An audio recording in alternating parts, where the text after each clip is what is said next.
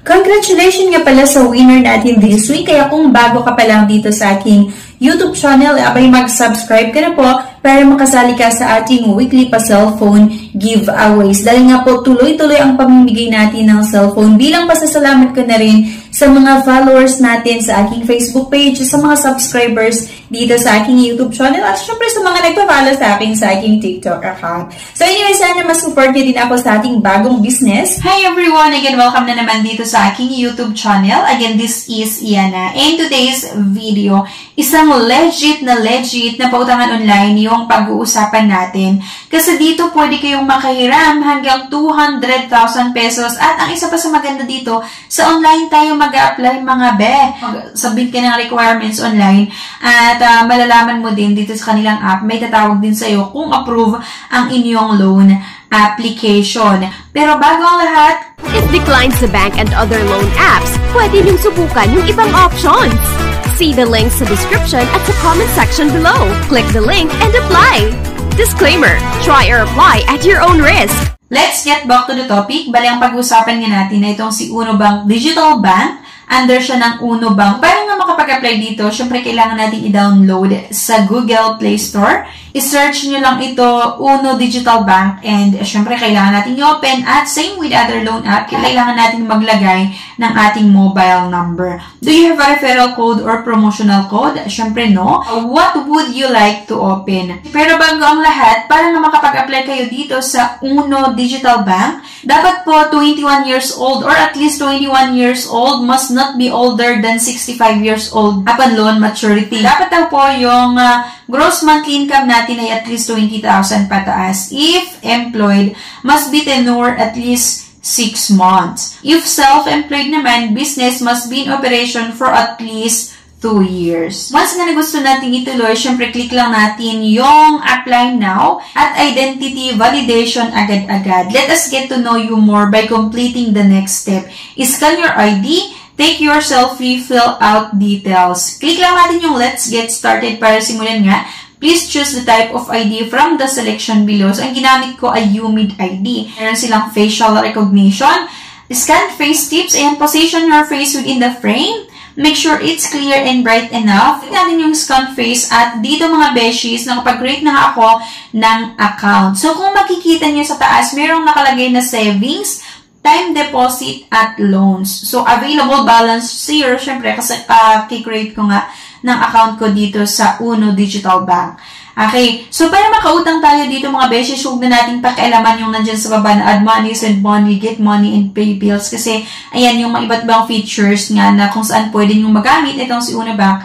Pero, ang inaabangan natin or ang gusto natin syempre ay yung nakalagay na loans. Okay, so yun nga, savings, time deposit, tas yung loans. Click nyo lang yung loans. Ito nga, no need to worry about unexpected financial needs. Take care of it fast with hashtag Uno Now. No collateral, no guarantor needed. At pwede nga tayong makautang hanggang 200,000 pesos with monthly add-on rates as low as 1.79%.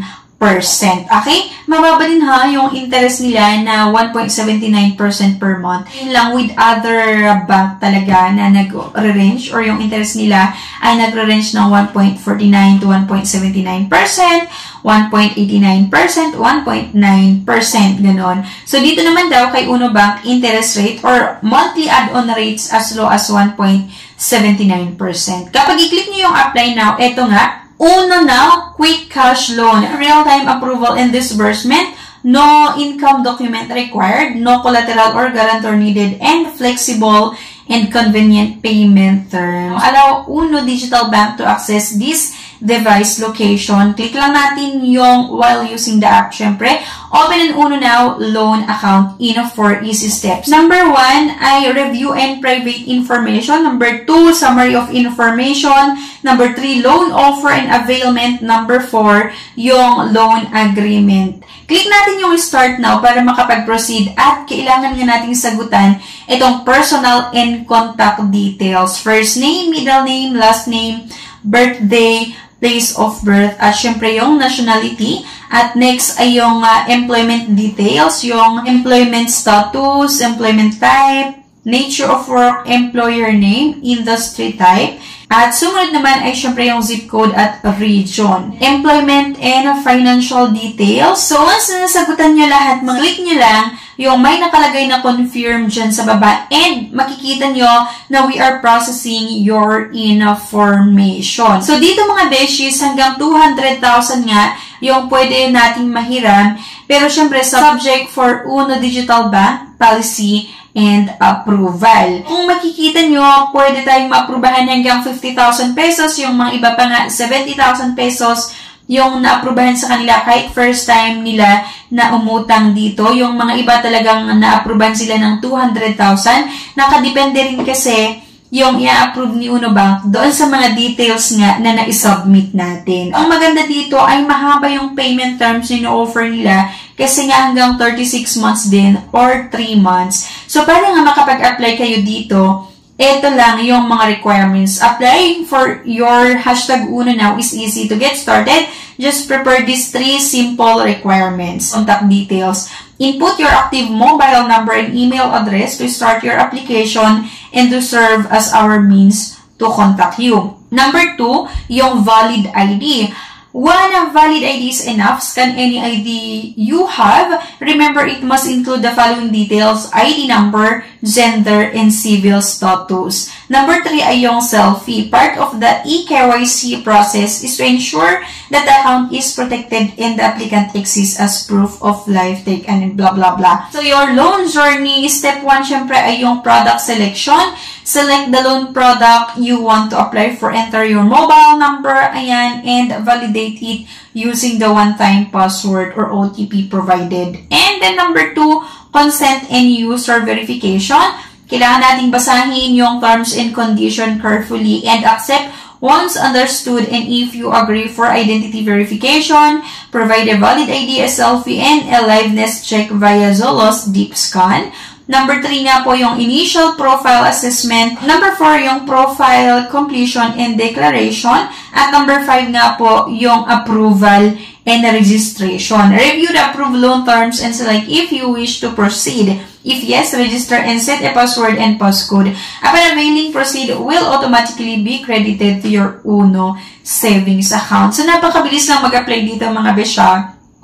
Para sa mga employed, lalo sa mga nandoon sa lugar na nabanggit natin kanina, abay, pwede nyong subukan ito. Kasi malaki yung pwede nyong mahiram, di ba? At syempre, sabi ko nga kanina, kung ma-decline kayo dito kay Uno Digital Bank, meron nga tayo nilagay na link na makikita nyo sa comment section at sa description below. Pwede nyo i-click yung link na yan at i-explore. Pero disclaimer lang, sa sarili kong experience lang as a user, nasa sa inyo pa rin kung gusto nyo subukan or hindi. Sana may nakuha kayo na idea sa video na ito. Thank you for watching. Please don't forget to click the subscribe button. Sana i-like nyo din yung video na ito at i-share nyo na rin. Thank you guys and bye-bye. No time to apply for a bank personal cash loan? Yana's here to help you. I assist pre-qualified clients with basic monthly income at least 25,000 per month. Hassle-free at walang fee. Lahat ng process sa bank gagawin. 2 to 5 banking days lang approval. Loan up to 2 million. Email amawanyana@gmail.com or message my FB page, Yana Insta Review. Note: qualifications may vary subject to the bank's terms and policies.